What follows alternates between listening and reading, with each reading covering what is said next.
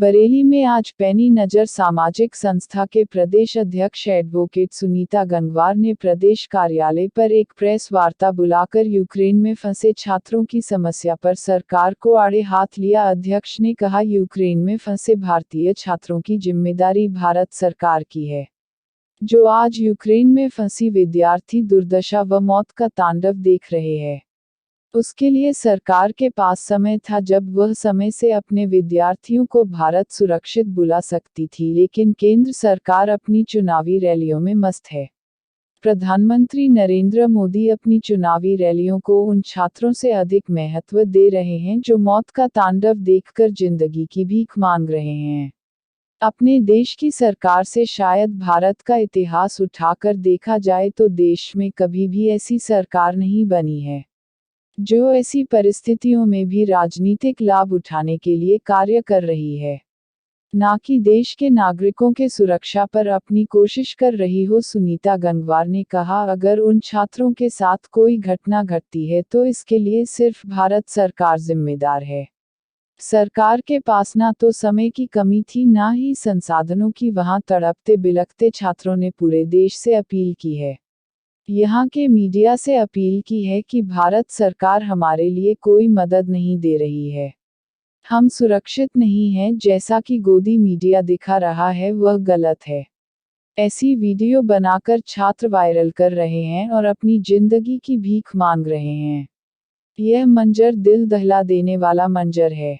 सुनीता गंगवार ने कहा कि कोरोना के नाम लॉकडाउन में भी इसी तरह तड़पते मजदूर पूरे भारत में दिखे हैं, जिन्होंने हजारों किलोमीटर का रास्ता पैदल तय करके अपने घर पहुंचे। कुछ पहुंच गए, कुछ रास्ते में ही दम तोड़ गए। ऐसी स्थिति से फिर देश गुजर रहा है। इस सब के पीछे कौन जिम्मेदार है? इस देश की सरकार या इस देश का मतदाता जिसने ऐसी सरकार चुनी है? यह एक सवाल पूरे देश के सामने खड़ा है। अध्यक्षा ने यह भी कहा, क्या सरकार यह चाहती है कि देश में धरने प्रदर्शन हो तभी छात्रों की वापसी के लिए सरकार सही कदम उठाएगी? तो इसके लिए भी देश की जनता तैयार है। तेज बरेली न्यूज से जमीर अहमद की रिपोर्ट। देखिए, आज ये प्रेस कॉन्फ्रेंस इस संबंध में है जो यूक्रेन में भारतीय छात्र फंसे हुए हैं। मैं उस संबंध में देश के प्रधानमंत्री भारत सरकार से एक अपील करना चाहती हूँ।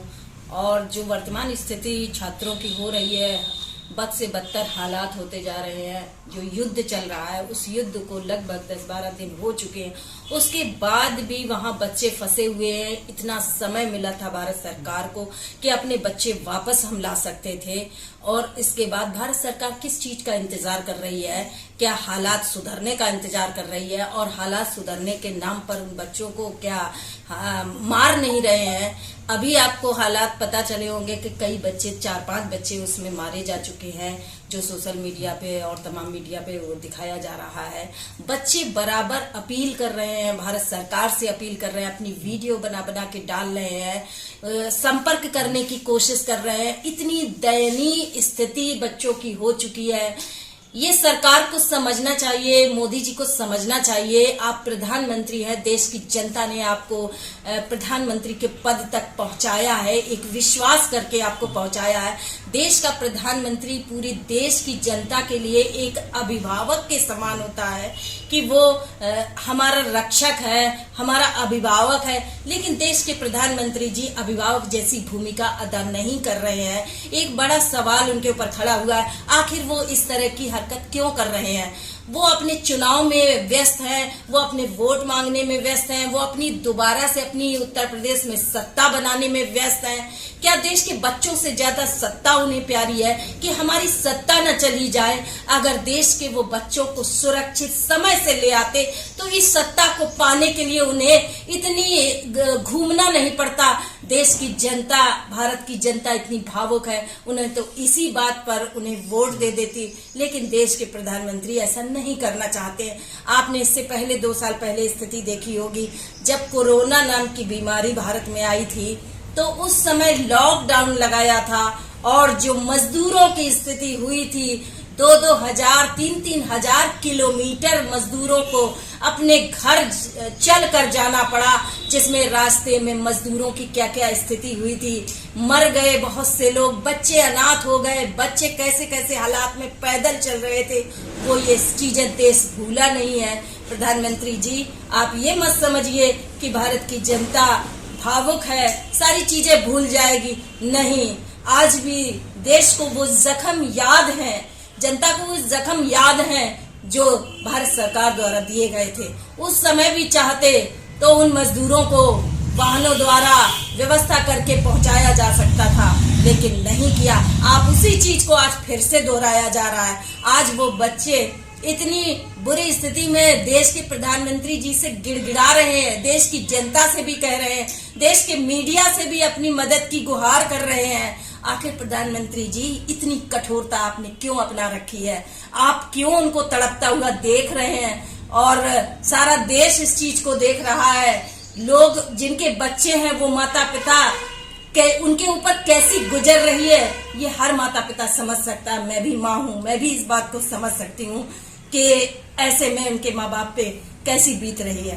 तो देश के प्रधानमंत्री जी, आपको ये सत्ता दी गई है, इसी के लिए दी गई है। आपको ये कर्तव्य निभाना चाहिए, आपकी ये जिम्मेदारी है। अगर इन बच्चों को कुछ होता है तो ये जिम्मेदारी भी आपको निभानी पड़ेगी। ये जिम्मेदारी आपके ऊपर आएगी कि इतने बच्चे जो मारे गए हैं और जो बच्चे अभी तक घर वापस नहीं आ पाए हैं, और अगर नहीं आ पाते हैं तो इसकी जिम्मेदारी भी आपको उठानी पड़ेगी। ये जनता आपको सबक सिखाएगी, आपको आने वाले चुनावों में सबक सिखाएगी। और अभी भी वक्त है कि अगर अपने बच्चों को, अपने देश की धरोहर है ये बच्चे, हमारे छात्र हैं, ये बच्चे देश का भविष्य है, आपको इन्हें सकुशल वापस लाने के लिए जी तोड़ प्रयास करके उन्हें वापस लाना चाहिए। ये कुछ लोगों ने आपसे भी संपर्क करा है क्या? वापस आने के लिए बात हुई है कुछ क्या? नहीं, मेरे पास संपर्क नहीं, लेकिन मेरे नवाबगंज के मुझे जानकारी मिली है कई बच्चे यूक्रेन में हैं, कुछ बच्चे वापस आ भी चुके हैं, लेकिन अभी भी पूरी जानकारी, एक तो जानकारियां नहीं दी जा रही हैं। मीडिया भी, जो मीडिया बिकाऊ मीडिया है, वो तो सरकार के गुणगान करते थकता नहीं है, ऐसे में भी राजनीति कर रहे हैं। ये बहुत शर्म की बात है मीडिया के लिए। मैं सारे मीडिया को नहीं कह रही हूँ, लेकिन जो मीडिया है सबको पता है देश में क्या चल रहा है, जो सरकार का गुणगान करने में लगा रहता है। मीडिया का काम होता है सच्चाई दिखाना और आईना दिखाना होता है सरकार को भी और जनता को भी। लेकिन इस समय राजनीति करने का बिल्कुल वक्त नहीं है। ऐसे में राजनीति नहीं करनी चाहिए। हमें उन बच्चों की रक्षा करनी चाहिए और उन्हें सकुशल भारत लाने के लिए पूरे जी तोड़ से प्रयास करने चाहिए, क्योंकि इस समय जो सबसे अहम समस्या है वो यही देश के सामने है। क्योंकि विश्व के हालात विश्व युद्ध जैसे बनते चले जा रहे हैं। आज 2 देश लड़ रहे हैं, आगे आने वाले समय में क्या स्थिति हो सकती है ये तो आगे आने वाला समय बताएगा। उससे पहले सभी देशों में बच्चों की अपील आप सुनिए।